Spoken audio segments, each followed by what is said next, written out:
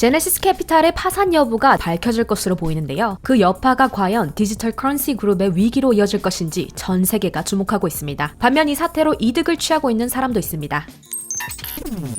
매일 다른 이슈들이 전해지고 있는 가운데 오늘은 현재 크립토 시장 내 이슈들 간단하게 전달해 드리도록 하겠습니다. 그럼 본격적으로 오늘 영상 시작하기 전 여러분, 앞으로 더 많은 소식 전할 테니 좋아요, 구독으로 세계 디지털 자산과 경제에 대한 놓치기 아쉬운 소식들 크립토 누나와 함께 하세요. 현재 비트코인은 약 15,800달러, 이더리움은 1,099달러로 엄청난 하락세를 보이고 있습니다. FTX 사태와 더불어 그 후폭풍으로 인해 크립토 시장 전반 하락세를 보이고 있는데요. 그럼 그동안 일어난 일에 대한 간략한 설명과 더불어 현재까지 업데이트된 내용 함께 전달하도록 하겠습니다. FTX의 후폭풍으로 미국 최대 디지털 자산 벤처 캐피털인 디지털 커런시 그룹 내 회사들이 흔들리고 있으며 디지털 커런시 그룹 또한 위험에 처해 있는데요. 그 첫 번째 회사는 제네시스 캐피털입니다. FTX의 여파로 제네시스 캐피털이 1억 7,500만 달러, 하나로 약 2,300억 원의 자금이 묶이며 고객의 자금 상환에 차질이 생기자 신규 대출을 중지했고 투자자로부터 10억 달러의 긴급 대출을 받으려 했습니다. 하지만 바이낸스를 포함해 여러 투자자들에게 거부당했고 긴급 대출 금액을 5억 달러로 조정하며 여전히 해결 방안을 수소문하고 있는데요. 제네시스가 신규 자금 조달이 실패할 경우 파산 선언이 가능합니다. 제네시스 캐피털이 밝힌 애초의 계획에 따르면 이번 주 중에 그들의 방향성이 결정될 것으로 보입니다. 두 번째 회사는 그레이스케일인데요. FTX 사태 이후 중앙화 거래소들이 자본의 투명성을 공개하고 있습니다. 반면 세계 최대 디지털 자산 운용사인 그레이스케일이 신탁 준비금 증명 거부 의사를 밝히며 G비트코인 주가가 한때 마이너스 50%까지 폭락했었죠. 그 후 코인베이스가 그레이스케일의 트러스트 애셋을 보유 중이라고 밝혔습니다. 따라서 코인베이스 커스터디가 그레이스케일의 암호화폐 투자 신탁 상품당 보유하고 있는 암호화폐 현황을 공개했으나 콜드 월렛 주소는 여전히 공개되지 않았습니다. 현재 코인베이스 커스터디가 공개한 바로는 9월 30일 기준 그레이스케일의 암호화폐 보유량은 약 63만 5천 주의 비트코인으로 약 100억 달러에 달한다고 합니다. 암호화폐에 직접적인 투자를 꺼려하는 사람들이 대체 방안으로 투자 신탁으로 투자를 많이 하고 있는데요. 따라서 그레이스케일 청산 가능성에 대해 많은 투자자들이 걱정하고 있습니다. 모닝스타 리서치 서비스의 북미 패시브 전략 연구 책임자인 브라이언은 그레이스케일의 청산에 대해 암호화폐 시장 변동성만으로는 GBTC 청산이 일어나지 않을 것이라고 의견을 밝혔는데요. 그 이후로 그레이스케일이 지난해 초부터 운용보수로 9억 달러, 하나로 약 1조 2,200억 원에 달하는 금액을 벌여들였기 때문이라고 합니다. 하지만 시장은 여전히 거래소에 대한 불신으로 의심의 여지를 놓지 않고 있으며 현재 코인베이스 주가 또한 지난해 상장 이후 최저가를 기록하고 있습니다. 그리고 이때를 놓치지 않는 돈 남은 캐티 우드가 11월 초부터 13억 주의 코인베이스 주식을 매집하고 있다는 소식인데요. 월요일 주가로 따지면 6,500만 US 달러에 달하는 금액입니다. 뿐만 아니라 최근 그레이스케일이 비트코인 트러스트 실버게이트를 매수했다고 합니다. 현재 ARK 인베스트는 FTX 사태를 거치며 보유 지분의 19%를 늘린 것으로 보도되었습니다. 지난 영상에서 이 사태를 통해 배를 불리고 있는 또 다른 사람 중 하나가 FTX 해커라고 말씀드렸는데요. FTX 위기 이후 며칠 뒤 FTX 해커가 엄청난 양의 이더리움을 해킹했습니다. 그 해킹으로 의심되던 움직임이 바하마 SEC라고 발표되며 모두들 안심했으나 최근 그 해커가 이더리움을 매각해 램비트코인을 사들이며 암호화폐 시장을 난장판으로 만들어 놓고 있습니다. 반면 이 램비트코인을 운영하는 램 프로토콜은 샘 뱅크먼 프리드가 소유한 알라메다 리서치와 깊은 연관이 있는 것으로 드러났죠. 현재 FTX 해커는 15,000 이더리움, 약 2억에 달하는 자산을 또 다른 12개의 다른 주소로 전송했는데요. 계속해서 이더리움을 램비트코인에 버릴 가능성이 높으며 점차적으로 비트코인 메인넷으로 움직임을 확장할 것으로 보고 있습니다. 하지만 유동성을 고려했을 때 본격적인 매도까지는 다소 시간이 걸릴 것으로 보입니다. 현재 FTX 해커는 총 22개의 비트코인 지갑에 약 7,250만 달러 상당의 비트코인을 보유 중이라고 합니다. 다소 힘든 상황을 보도하는 소식들 가운데 카르다노 에이다 기반 첫 스테이블 코인인 제드를 내년 1월에 카르다노 메인넷에서 출시 예정이라고 하는데요. 제드 개발에 참여 중인 암호화폐 결제 플랫폼인 코티의 CEO 샤하프에 따르면 스테이블 코인의 종합 감사를 성공적으로 끝냈고 제드가 시장 변동성으로부터 카르다노 네트워크 내 안전한 피난처 역할을 할 수 있을 것이라고 말했습니다.